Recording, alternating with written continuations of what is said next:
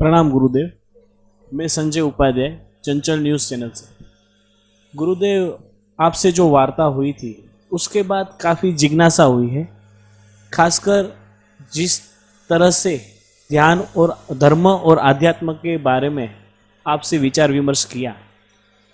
आज गुरुदेव हमारी टीम पूरी आई है रिकॉर्डिंग के लिए, हम भी आए हैं और हम चाहते हैं ध्यान क्या है, ध्यान क्यों करना चाहिए और समर्पण ध्यान के आप प्रणेता है तो समर्पण ध्यान संस्कार क्या है, इसकी प्रत्यक्ष भी करवाइए, ऐसी हमारी आपसे विनती है। आए हुए सभी पुण्य आत्माओं को मेरा नमस्कार।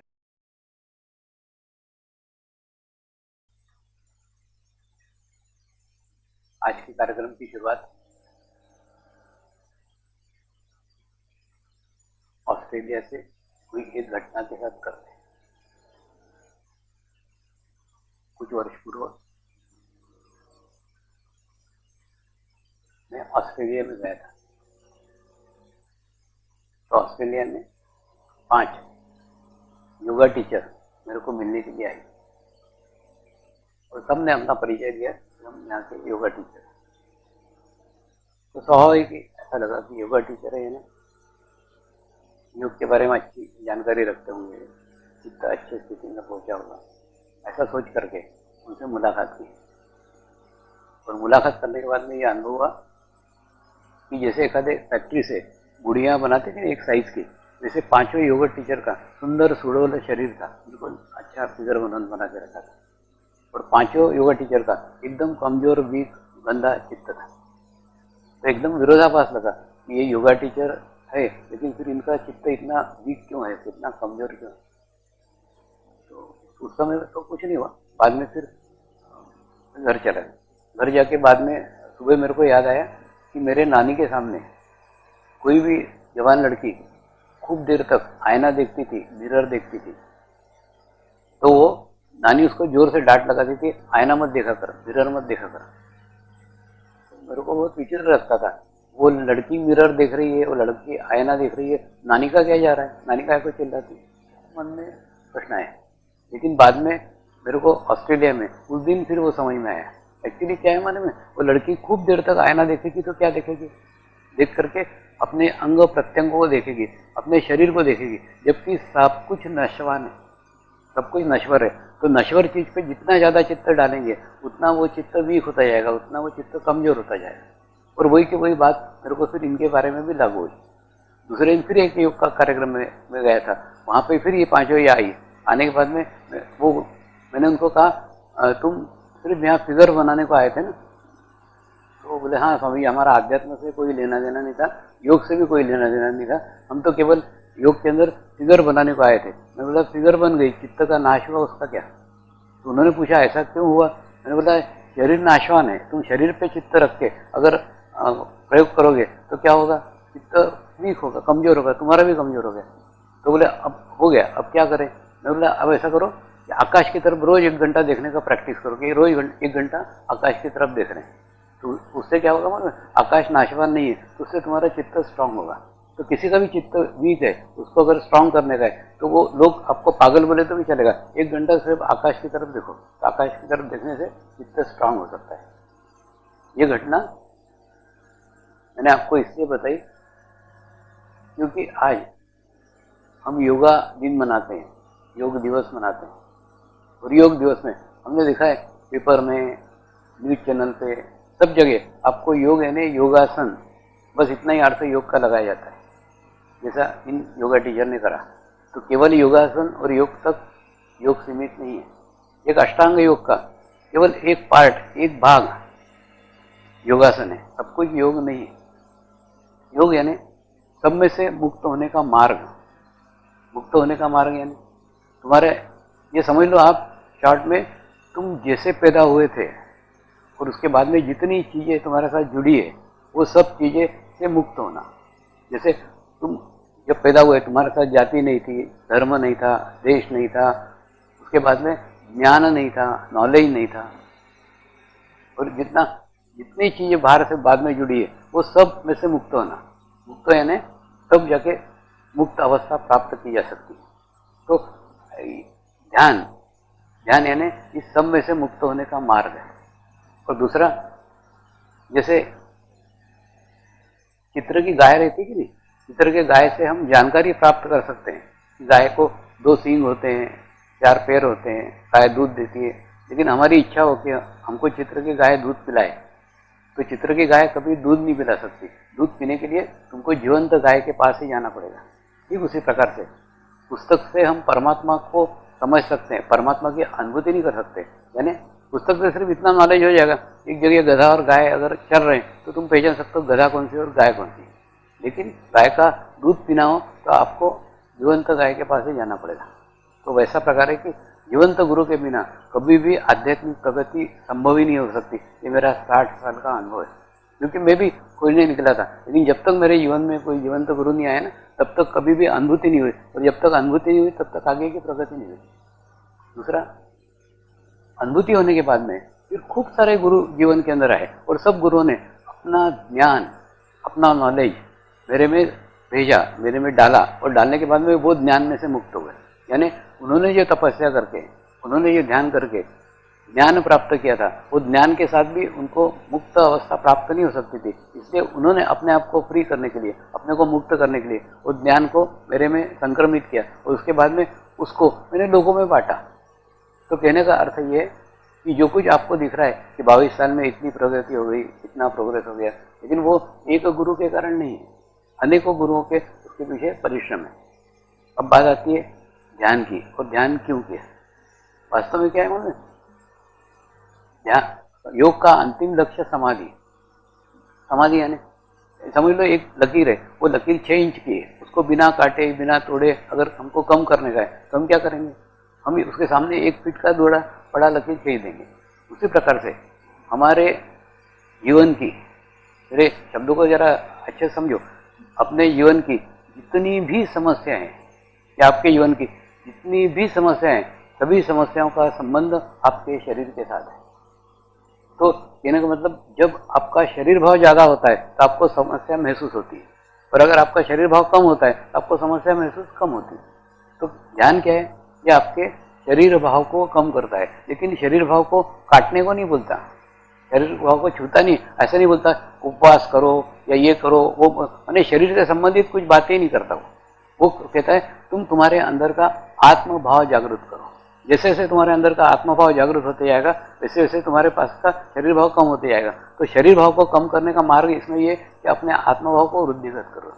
तो जैसे आत्म भाव को वृद्धिगत करने के लिए फिर वही बात है ना, जब तक आत्म भाव का बीज हमको नहीं मिलेगा तब तक हम उसको वृद्धिगत नहीं कर सकते। तो वो बीज प्राप्त करो, और वो बीज समर्पण ध्यान संस्कार है। ये एक संस्कार है, इसके अंदर कोई पद्धति नहीं है। ध्यान की 3 पद्धतियां सामान्यतः समाज में प्रचलित है। पहली पद्धति है लोग भक्ति का प्राणायाम करके ध्यान करते हैं, एक। दूसरा है त्राटक करते हैं कि एक ज्योति के ऊपर अपनी एकाग्रता करते हैं और ध्यान करते हैं, 2। तीसरा है कि सांस के ऊपर चित्त रखते हैं, सांस ले रहे हैं, सांस छोड़ रहे हैं, सांस ले रहे हैं, सांस छोड़ रहे हैं, इसके ऊपर प्रैक्टिस करते हैं। तो ये तीनों पद्धतियां हैं। इसमें समर्पण ध्यान संस्कार में कोई पद्धति नहीं, कोई मेथड नहीं है। ऑटोमेटिकली वो संस्कार सूक्ष्म रूप से आपके ऊपर हो जाता है। एक पवित्र आत्मा पे किया गया संस्कार। और संस्कार क्या, संस्कार ये कि आत्मबोध होना। आत्मबोध होने यानी आपको महसूस होगा कि आप एक पवित्र आत्मा है, आप एक शुद्ध आत्मा है। तो ऑटोमेटिकली ये बोध जैसे जैसे बढ़ते जाएगा, ये संस्कार आपके अंदर जितना डीप उतरते जाएगा, जितना गहरा उतरते जाएगा, आप देखेंगे वैसे वैसे आपके शरीर का भाव कम होते जाएगा। और शरीर का भाव कम होते जाएगा तो आपके जीवन की जितनी भी समस्या है, सब समस्याओं का संबंध केवल आप और केवल आपके शरीर के साथ है। तो जैसे ही शरीर भाव कम हो जाएगा, वैसे आप देखेंगे कि आपके जीवन की समस्या भी आपको महसूस नहीं होगी। और दूसरा, ध्यान यानी क्या, देखिए जैसे एक पानी का ग्लास है, उस ग्लास के अंदर अगर हम 1 चम्मच काली शाही डाल दें तो क्या होगा, 1 चम्मच काली शाही से पूरा ग्लास काला हो जाएगा। लेकिन वही एक काली शाही हम गंगा नदी में डाल दें तो उससे कुछ फर्क पड़ेगा क्या, नहीं, वो वहाँ कहाँ चली गई पता भी नहीं चलेगा। ठीक उसी प्रकार से जब आप आपका जीवन अकेले व्यतीत करते हैं तो आपके जीवन की छोटी सी भी समस्या, आपके जीवन की छोटी सी भी प्रॉब्लम आपके पूर्ण जीवन को कलुषित कर देती है, आपको डिस्टर्ब कर देती है। लेकिन वही अगर आप गंगा नदी का पानी हो जाए तो वो आपकी समस्या कहाँ चली गई पता ही नहीं चलेगा। ठीक उसी प्रकार से जैसे आप ध्यान करते हैं, जैसे आप मेडिटेशन करते हैं, तो मेडिटेशन के माध्यम से, इस समर्पण संस्कार के माध्यम से आप लाखों दुनिया के पवित्र और शुद्ध आत्माओं के साथ भी जुड़ते हैं। और जैसे लाखों पवित्र और शुद्ध आत्माओं के साथ जुड़ते हैं, वैसे आपका अस्तित्व नगण्य हो जाता है। फिर आपकी समस्या केवल आपकी नहीं रह जाती, वो सामूहिकता में चली जाती है। और सामूहिकता में जाने के बाद में उसकी चुभन, उसकी तकलीफ आपको पता भी नहीं चलती। और दूसरा, ये ध्यान का संस्कार पूर्ण विश्व ने मान्य किया है। इसके अंदर अलग अलग जाति के, अलग अलग धर्म के, अलग अलग देश के, अलग अलग रंग के सभी लोग शामिल हैं और सबको अनुभूति समान रूप से होती है। देखिए क्या होता है मन में, ये सब आत्मा से संबंधित है। इसलिए आत्मा तो किसी भी देश की हो सकती है, किसी भी जाति की हो सकती है, किसी भी धर्म की हो सकती है। जब आपको आत्मबोध हो जाए ना, तो ये सब शरीर से संबंधित सीमाएं टूट जाती हैं। और उसके बाद में सब मनुष्य जब एक दूसरे को मिलते हैं तो एक आत्मा करके मिलते हैं, तो ऑटोमेटिकली सबके अंदर आत्मभाव वृद्धिगत होता है। और आत्मभाव वृद्धिगत होने के बाद में जीवन में, आपके जीवन काल में आप एक ऐसे स्थिति तक पहुंचते हैं जब आपके जीवन में पाने के लिए कुछ भी बाकी नहीं रहेगा, कुछ भी बाकी नहीं रहेगा, सब कुछ प्राप्त कर लिया, वो आपको अनुभव हो जाता है। और दूसरा, परमेश्वर बाहर नहीं है, परमात्मा बाहर नहीं है। परमेश्वर कोई शब्द थोड़ी है जो तुम ग्रंथों में और पुस्तकों में खोजोगे। परमात्मा कोई मूर्ति थोड़ी है तुम जाके मंदिरों में खोजोगे। परमात्मा को खोजना है तो परमात्मा ने तुमको बनाया है, तुम्हारे भीतर परमात्मा है। उसको छोड़ के तुम जहां भी खोजोगे तुमको निराशा ही हाथ आएगी। तो इसके अंदर तुमको अनुभव हो जाता है कि परमेश्वर तुम्हारे अंदर है, परमात्मा तुम्हारे अंदर है। और मेरे अंदर का परमात्मा जब मुझे अनुभव होता है, अनुभव होने के बाद में मनुष्य के जीवन का सबसे बड़ा समाधान, तो समाधान है कि मैंने परमात्मा को पा लिया, मैंने परमेश्वर को पा लिया। जब ये समाधान आपको प्राप्त होता है ना, फिर जीवन की सारी खोज समाप्त हो जाती है, सब ढूंढना, सब भटकना सब बंद हो जाता है और आपकी अंतर्मुखी यात्रा प्रारंभ हो जाती है। अंतर्मुखी यात्रा प्रारंभ होने के बाद में धीरे धीरे धीरे आप ऐसे कार्य करने लग जाते हैं जो कार्य करने से आपके आत्मा स्ट्रांग होती है, आपकी आत्मा मजबूत होती है। अब कई लोग जो मुझे 25-30 साल से जानते हैं बोलते समझिए एक 20-22 साल में इतने विश्व भर में कैसा हो गया, इतने विश्व के लाखों लोग कैसे जुड़ गए। उनको बोला दो बातें मैंने जीवन में की, एक तो सदैव मैं वो कार्य करता रहा जो कार्य करने से मेरी आत्मा को अच्छा लगता है। तो उसके बाद में सदैव निस्वार्थ भाव से कार्य किया, मैंने लोगों को ध्यान सिखाया, लोग ध्यान करे नहीं करे वो भी अपेक्षा नहीं की। तो ऐसा आप आपके जीवन में एक कार्य, कोई भी छोटा सा छोटा कार्य हो, एक कार्य ऐसा ढूंढो जो कार्य करने से आपको समाधान मिलता है, आपको सेटिस्फेक्शन मिलता है। एक बार कलकत्ते में दक्षिणेश्वर काली के मंदिर में रहता था और उसके बाद में एक दिन सवेरे कटिंग बनाने के लिए सामने एक नाई की दुकान में गया। कुछ नहीं, एक झोपड़ी सरी की नाई की दुकान थी, मैंने वो कोई कंस्ट्रक्शन भी नहीं था, एक पतरा डाल के रखा था, वो पतरा उसने हटाया, वो उसका दरवाजा था, वो खुल गया। उसके बाद में अंदर जाके देखा तो वो नाई अगरबत्ती लेकर के काली माता की पूजा कर रहा था। उसके बाद में थोड़ी देर 5 मिनट उसकी पूजा वगैरह चलती रही, नमस्कार चमत्कार चलता रहा। बाद में जाके मैं वहाँ गया तो बाद में जाके उसने मेरी खूब अच्छे से कटिंग बनाई और कटिंग बनाने के बाद में जब उसको पैसे देने लग गया तो उसने बोला स्वामी जी पैसे मत दो। उसको बड़ा विचित्र लगा, अरे तू धंधा लेके बैठा है, मैं स्वामी हुआ तो क्या हुआ, तू पैसे तो ले। मैं जैसे पैसे देने लग गया उसने बोला स्वामी जी मेरे पास ना केवल कैंची और कंघा है और इसको छोड़ करके मैं कहीं भी नहीं जा सकता, और अगर इसको छोड़ करके कुछ समाज कार्य करने के लिए जाऊं तो मेरे बच्चे भूखे मर जाएंगे। तो मैंने 40 साल से एक नियम बना के रखा है कि जो भी मेरे दुकान के अंदर कटिंग बनाने को ग्राहक आता है, पहले ग्राहक की कटिंग में फ्री में बनाता हूँ और वो बनाने के बाद में मेरे को एक सेटिस्फेक्शन मिलता है, मेरे आत्मा को अच्छा लगता है कि मैंने भी समाज के लिए कोई कार्य किया। अब देखो एक कैंची कंगे वाले नाई से तो गए भी थे, आप नहीं हो, तो होता क्या है मालूम है, जब मैं कोई कार्य करने को बोलता हूँ तब तुरंत आप अपने आप को छोटा कर लेते हो, मैं तो एक छोटा आदमी हूँ, मैं छोटा व्यक्ति हूँ, मैं क्या कर सकता हूँ। जब एक नाई इतनी बड़ी भावना रख सकता है, एक्चुअली माध्यम छोटा सा था, कुछ नहीं, एक आदमी की कटिंग वो फ्री में बनाता था, लेकिन उसको समाधान मिलता था ना। तो उसने कहा स्वामी जी कृपया मेरा आत्म सम्मान मत छीनिए, मुझे आत्मा अनुभूति मत छीनिए, मुझे पैसे मत दीजिए, मुझे आत्म सुख लेने दीजिए। तो आप आपके जीवन में ऐसा कोई कार्य ढूंढो ना जो कार्य करना आप किसी को दिखाने के लिए नहीं कर रहे हैं, आप कोई नाम के लिए नहीं कर रहे हैं, केवल वो कार्य करने से आपको अच्छा लगता है इसलिए वो कार्य कर रहे हैं।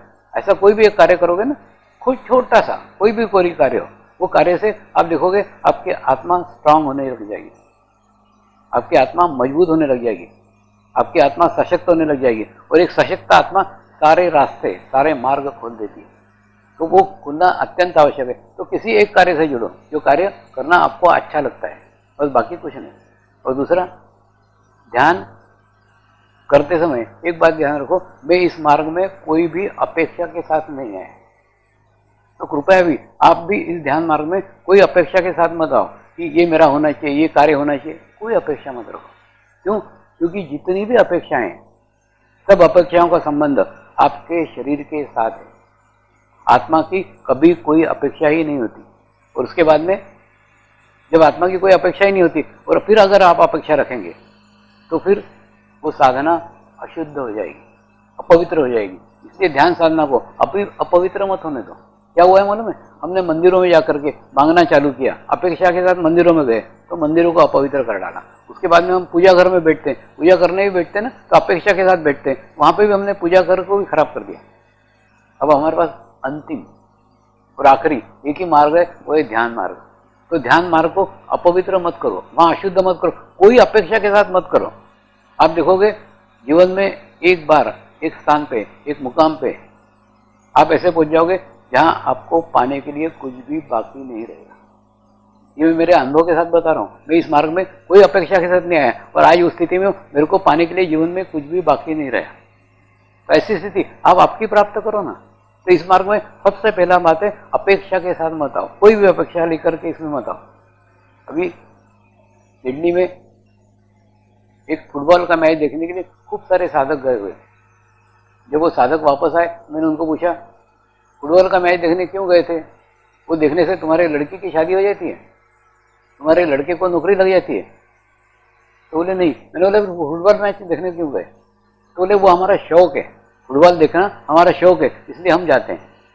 मैंने उनको कहा बिल्कुल ठीक ऐसा ही, समर्पण ध्यान केवल शौक के लिए करो, कोई अपेक्षा के साथ मत करो। जैसे आप कोई फुटबॉल देखने का शौक देखते हो, क्रिकेट मैच देखने का शौक करते हो, ठीक उसी प्रकार से तुम ये ध्यान, केवल मुझे ध्यान करने का शौक है, ध्यान करना मुझे अच्छा लगता है, केवल इसके लिए करो, तो आप देखोगे जीवन में पूर्ण समाधान को प्राप्त होंगे।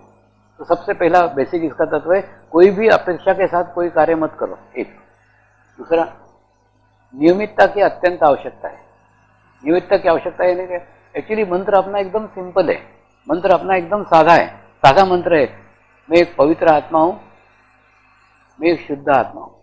लेकिन जब आप उसको बोलते हो ना कि मैं एक पवित्र आत्मा हूं, तब आप अंदर फील करो, अंदर भाव लाओ कि सचमुच मैं एक पवित्र आत्मा हूं। उसके बाद में जब आप बोलते हो मैं एक शुद्ध आत्मा हूं, तो आप भाव लाओ कि मैं केवल शुद्ध आत्मा हूं। शुद्ध आत्माओं का अर्थ क्या है? उसका एक अर्थ है कि मैं शरीर नहीं हूं। अब आप खुद को ही कह रहे हो कि मैं शरीर नहीं हूं, और शुद्ध आत्मा कौन है? शुद्ध आत्मा केवल परमात्मा है, केवल परमेश्वर है। यानी आप आपके अस्तित्व को पूर्णतः समाप्त कर रहे हैं, आप आपके शरीर भाव को पूर्णतः समाप्त कर रहे हैं। तो ये केवल दो बातें, ये दो बातें जग मान्य है। किसी भी धर्म का व्यक्ति, किसी भी उपासना का पद्धति, किसी देश का व्यक्ति, कोई भी इसे आसानी से स्वीकार करता है। क्यों? इसको बोलने में किसी कोई ऑब्जेक्शन नहीं है। तो ये ध्यान की पद्धति के द्वारा आप धीरे धीरे आप आपके भीतर, अब आपके ऊपर संस्कार करते हैं कि मैं एक पवित्र आत्मा हूं, मैं एक शुद्ध आत्मा हूं। और जैसे जैसे संस्कार करते जाएंगे, ये संस्कार जैसे जैसे गहरा होते जाएगा, वैसे वैसे आत्मभाव आपका वृद्धिगत होते जाएगा। और जहां एक और आत्मभाव वृद्धिगत होते जाएगा, ठीक उसी प्रकार से आपका शरीर भाव धीरे धीरे धीरे धीरे धीरे धीरे कम होते जाएगा। और आत्मभाव होने के बाद में फिर आपको आपके जीवन में एक तृप्ति का अनुभव होगा, एक सेटिस्फेक्शन का अनुभव होगा। लेकिन यह नियमित करने की आवश्यकता है। एक दिन खूब बैठा और बाकी दिन नहीं, क्या ऐसा नहीं, केवल आधा घंटा करो। एक डॉक्टर लोगों का शिविर लिया, डॉक्टरों के लोगों के शिविर में एक डॉक्टर ने कहा स्वामी जी जब रविवार रहता ना तो मैं 8-8 घंटे ध्यान करता हूँ, बाकी हफ्ते भर मेरे को टाइम नहीं मिलता, तो मेरी प्रगति होगी। मैंने उनको कहा मोबाइल अगर आपने दिन भर चार्ज करके रखा तो ज्यादा चार्ज हो जाएगा? नहीं, चार्ज जितना होना है उतना ही होगा। आधा घंटा काफी है। ठीक उसी प्रकार से आपका शरीर एक मोबाइल है, उस मोबाइल को आपको ध्यान से चार्ज करने का है, लेकिन केवल कितना, केवल आधा घंटा। अब मैं इतना व्यस्त रहता हूँ, उसके बावजूद भी आधा घंटा में निकलता हूँ, कुछ भी नहीं करता हूँ, सिर्फ इतने सालों से एक ही नियम पाला है, एक आधा घंटा ऐसा रहता हूँ। उस स्थान पे कोई भी मेरे साथ नहीं रहता, उस आधे घंटे में कोई भी व्यक्ति नहीं रहता, कोई फैमिली मेंबर नहीं रहता, कोई समस्या नहीं रहती, कोई आश्रम नहीं, कुछ नहीं रहता है, केवल मैं और मैं रहता हूँ, बाकी कुछ नहीं रहता। तो ऐसा अब आपके जीवन में एक कमरा, अब आपके जीवन में एक कोना, ऐसा निश्चित करो। उस कोने का अर्थ सीमेंट का कमरा नहीं, कोने का अर्थ सीमेंट का कोना नहीं, सीमेंट का कमरा नहीं, कोना और कमरे का अर्थ हवामंडल, आपका ओरा, एक छोटा सा ओरा। अब आपका ऐसा विकसित करो जहां पे आपके सिवा दुनिया का कोई भी नहीं होगा, कोई नहीं होगा, कोई फैमिली मेंबर नहीं, कुछ नहीं होगा, कोई समस्या नहीं, कोई। ऐसा अगर करने में आप सफल होते हो, केवल आधा घंटा काफी है, एक आधा घंटा करो। आधा घंटा करते करते करते करते ये आत्मा का संस्कार आपके ऊपर धीरे धीरे धीरे धीरे धीरे धीरे कार्य करेगा। हमने देखा है कि नहीं, गांव के अंदर बहुत सारे पत्थर के कुएं रहते हैं, कुएं का साइड में पत्थर रहता है, और लोग वो रस्सी डाल डाल के कुएं से पानी निकालते हैं, लेकिन वो रस्सी घिस घिस के बाद में वो पत्थर को भी काट देती, वहां पे भी एक नाली बन जाती है, यहाँ पे रोज पत्थर के वहां रस्सी घिसी जाती है। ठीक उसी प्रकार से आपका भी पत्थर रूपी शरीर, जैसे जैसे आप संस्कार करोगे ना, घिसते जाएगा घिसते जाएगा घिसते जाएगा, और धीरे धीरे आपका शरीर भाव कम होते जाएगा और आत्मभाव वृद्धिगत होगा। ये नियमित करने की आवश्यकता है। और एक आधा घंटा, एकदम आधा घंटा काफी है। अब करो ना, जैसे समझ लो आज आपने सीखा है, उसके बाद में कल से ही शुरू करो, कल से 45 दिन का एक अनुष्ठान करो कि 45 दिन तक मैं नियमित साधना करूंगी या नियमित साधना करूंगा। 45 दिन तक करो, कुछ भी तुम तुम्हारा टाइम निकालो। सुबह का टाइम सर्वश्रेष्ठ है, 3:30 बजे से तुम 8-9 बजे तक करते हो तो ज्यादा अच्छा है। तो एक आधा घंटा ऐसा निकालो जिसमें तुम्हारे सिवा कोई भी नहीं है, एक आधा घंटा करो ना। अब देखो आपने आपका इतना जीवन व्यतीत कर लिया, एक आधा घंटा मेरे नाम पे बैठो, ध्यान के नाम पे बैठो, तो क्या होगा मालूम है? आधा घंटा बैठा तो 45 दिन में कितने घंटे होंगे? 22.5 घंटे। 22.5 घंटे में आपकी दुनिया बदल जाएगी। दूसरा, मेरे को आज मैं इतने सालों से लोगों को सिखा रहा हूँ, एक भी व्यक्ति मेरे को ऐसा नहीं मिला जिसने 45 दिन का अनुष्ठान किया और उसको उसके जीवन में कोई सकारात्मक चेंज न आया हो। आपके जीवन में भी सकारात्मक चेंज आएगा। अगर आपके जीवन में सकारात्मक चेंज आया तो ध्यान को आगे रखो, नहीं आया तो निकाल दो। इससे ज्यादा क्या होगा? मैं आपको कोई तीर्थ क्षेत्र जाने को नहीं बोल रहा हूँ, कोई मंदिर जाने को नहीं बोल रहा हूँ, कोई पहाड़ चढ़ने को नहीं बोल रहा हूँ, हिमालय जाने को नहीं बोल रहा हूँ, कुछ नहीं। आप आपके घर में बैठ करके केवल 30 मिनट आप नियमित रूप से 45 दिन तक दो, यानी 22.5 घंटे दो। 22.5 घंटे में आपकी दुनिया बदल जाएगी। तो आवश्यकता है नियमित ध्यान करने की, खूब देर ध्यान करने को नहीं, नियमित ध्यान करने को। आधा घंटा ही करो। दूसरा, सामूहिकता के साथ ध्यान करो। देखो सवेरे का ध्यान जो है ना, वो आप अपने लिए करो, और उसके बाद में शाम का ध्यान सामूहिकता में करो। रोज नहीं हो पाए, हफ्ते में एक बार करो, और सामूहिकता में ध्यान करोगे। ये दोनों पहिए हैं, उसके कारण ही प्रगति होती है। क्या होता है मालूम है? जिस प्रकार से तेज कार चलाना भी आवश्यक है और कार पे नियंत्रण करना भी आवश्यक है, ठीक उसी प्रकार से आपको अकेले ध्यान करके अपने चित्त को स्ट्रांग करना वो भी आवश्यक है। उससे आपकी कार तेज चलेगी। और उसके बाद में जब लाखों लोगों के बीच में बैठे हैं, हजारों लोगों के बीच में, उसके बावजूद भी अपने आप को केवल अकेला महसूस कर रहे हैं, लोगों का अस्तित्व महसूस ही नहीं हो रहा, ये प्रैक्टिस कर रहे हैं। इस प्रकार से आप कार पे नियंत्रित कर पाओगे। तो दोनों आवश्यक है, अकेले में भी ध्यान करना आवश्यक है और सामूहिकता में भी ध्यान करना आवश्यक है। दूसरा, ये नियमित ध्यान करते करते आपको एक स्थिति प्राप्त हो जाएगी, और उस स्थिति प्राप्त होने में आपको ही आपका अनुभव होगा कि आपके जीवन में सकारात्मक चेंज आने लग गए, आपके जीवन में सकारात्मक बदलाव आने लग गए। आपके जीवन में सबसे पहले बदलाव आएगा, आपका शारीरिक स्वास्थ्य अच्छा होगा। शारीरिक स्वास्थ्य अच्छा होगा यानी जो बार बार बीमार पड़ते हैं, बार बार बीमारियां होती हैं, वो नहीं होगी। दूसरा क्या होगा? आपके जीवन में कभी भी कोई दुर्घटना नहीं हो सकती, आपकी कभी भी अकाल मृत्यु नहीं हो सकती। आपको एक प्रकार का प्रोटेक्शन ओरा का प्राप्त होगा। उसके बाद में आपको एक मानसिक शांति का अनुभव होगा। देखो एकदम कोई चेंज नहीं आएगा, एकदम कोई बदलाव नहीं आएगा। अभी जैसे जैसे राशन के दुकान में लोग लाइन लगा के खड़े रहते हैं कि नहीं, वैसे आपके दिमाग में एकदम विचारों की लाइन लगी रहती है। ये चेंज नहीं आएगा, आएगा 45 दिन के बाद में चेंज क्या आएगा? विचार आएगा, लेकिन क्षणिक आएगा। इतना क्षणिक आएगा जैसे बरसात का एक बुलबुला आया और टूट गया। माने आया, विचार आया और गया।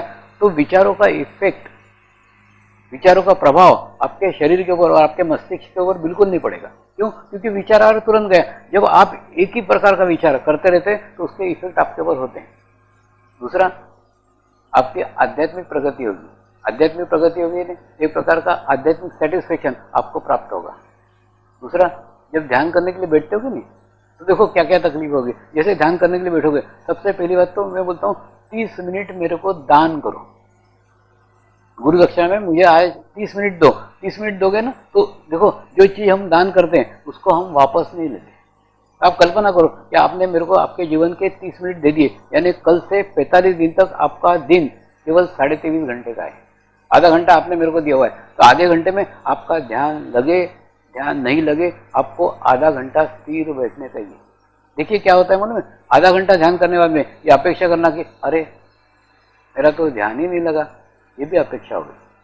तो अब ये भी अपेक्षा मत करो कि ध्यान लगना चाहिए। ध्यान लगना चाहिए नहीं लगना चाहिए ये आपका क्षेत्र ही नहीं है। आप केवल 30 मिनट बैठो कि स्वामी जी को मैंने मेरे जीवन का आधा घंटा दिया है, मैं 30 मिनट ध्यान करने के लिए बैठूंगी या 30 मिनट ध्यान करने को बैठूंगा। और क्यों तो तुम अलार्म लगाओ कि जब तक अलार्म नहीं होता जब तक हिलने का नहीं। तुमको खुजली हो, माने जो भी एक्टिविटी हो सब सहन करो, लेकिन उठना नहीं। कई बार क्या होता है मन में, आपका शरीर आपका दुश्मन है। उसको शरीर को आदत क्या है मन में, वो आदत वो क्या करता है कि वो जहां पे भी शांत रहा वो विचार करना चालू कर देता है। माने बिना विचार का शरीर स्वस्थ कभी रह ही नहीं सकता। क्या होता है, जब आप काम करते रहते हो ना तब आपको बिल्कुल विचार नहीं आते, लेकिन जब आप स्थिर बैठते हो शांत बैठते हो ऑटोमेटिक आपको विचार आते हैं। तो आएंगे। जैसे आप 30 मिनट ध्यान के लिए बैठोगे ना, सबसे पहले आपका शरीर आपका विरोध करेगा। उसके बाद में जब शरीर पे आप नियंत्रण करने में सफल हो जाओगे, आप देखोगे आपका अंदर विचार आना चालू हो जाएंगे, खूब विचार आएंगे। और गलती कहाँ होती है? यही गलती होती है, लोग विचारों को रोकने का कोशिश करते हैं कि विचार रोकने की कोशिश करो। वो विचार रोकने का भी कोशिश मत करो, विचारों को सिर्फ निरीक्षण करो, एक साक्षी भाव से देखो। अच्छा, ये ऑफिस के विचार आ रहे हैं क्या? दुकान के विचार आ रहे हैं क्या? ठीक है। रिश्तेदारों के विचार आ रहे हैं क्या? ठीक है। जो भी विचार आ रहे हैं आप साक्षी भाव रख करके केवल वो विचारों का निरीक्षण करो।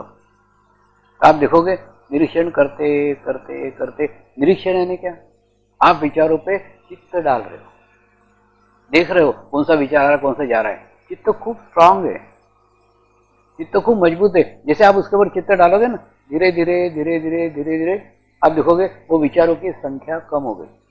पहले 10 विचार आते थे ध्यान में, फिर 5 आए, फिर 2 आए, फिर 1 आया। एक विचार चलते रहेगा, माने आपका ध्यान भी लगा रहा तो भी एक विचार चलते रहेगा। सबकॉन्शियस माइंड में एक विचार चलते रहेगा और ध्यान भी चलते रहेगा। लेकिन एक अवस्था ऐसी आएगी कि आप उठने का भी कोशिश करोगे ना तो उठ नहीं पाओगे, यानी ध्यान लगा था फिर भी एक विचार चल रहा था, तो वो एक विचार सबकॉन्शियस माइंड में चलते रहेगा।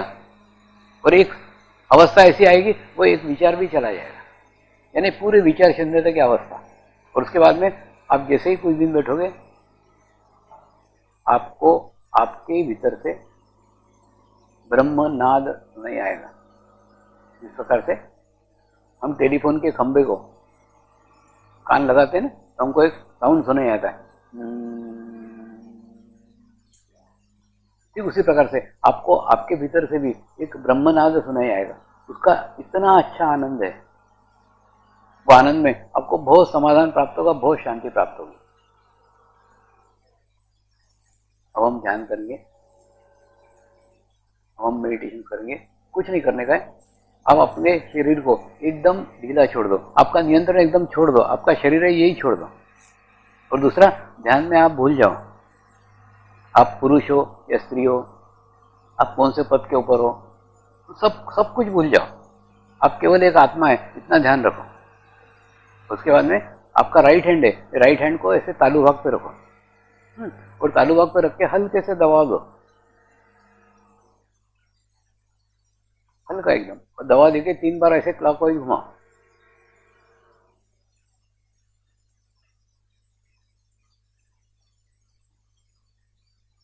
और घुमाने के बाद में वो हाथ को हल्का हल्का नीचे ले आओ, एकदम आहिस्ता आहिस्ता, और आंखें बंद कर दो।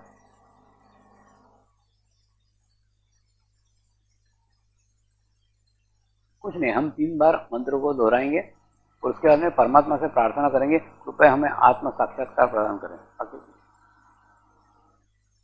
अब मेरे साथ बोलिए, मैं एक पवित्र आत्मा हूं।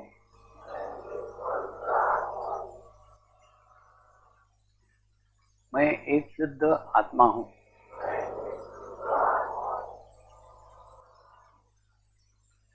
मैं एक पवित्र आत्मा हूं। मैं एक शुद्ध आत्मा हूं। मैं एक पवित्र आत्मा हूं। मैं एक शुद्ध आत्मा हूं। अब अपने चित्त को तालुभाग पे रखकर थोड़ी देर ध्यान करें।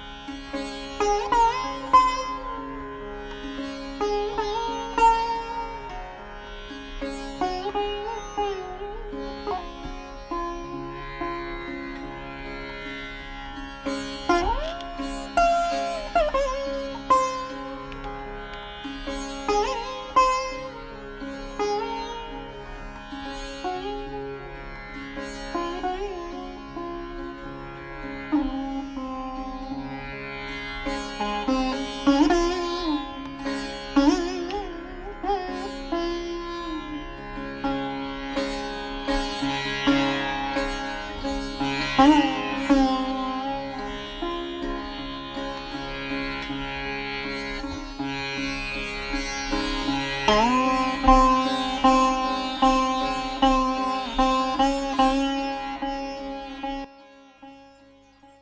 प्रार्थना करेंगे परमेश्वर से कि परमात्मा कृपया हमें आत्म साक्षात्कार प्रदान करें,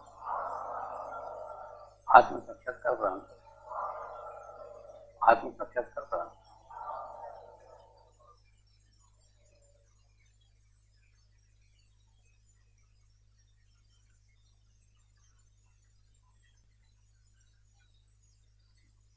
और देखो आपके पैर हाथों से, पैर पैरों से और सहस्त्रा से ठंडे ठंडे वाइब्रेशन निकलना प्रारंभ हो गए। ठंडी लहरियों की आपको अनुभूति होगी। कुछ नहीं, ये ऐसे ही ध्यान आपको 30 मिनट रोज करने का है।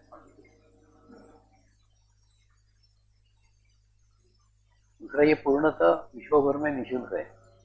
क्यों? क्योंकि इसका शरीर से कोई संबंध नहीं है और व्यवहार का संबंध शरीर के साथ।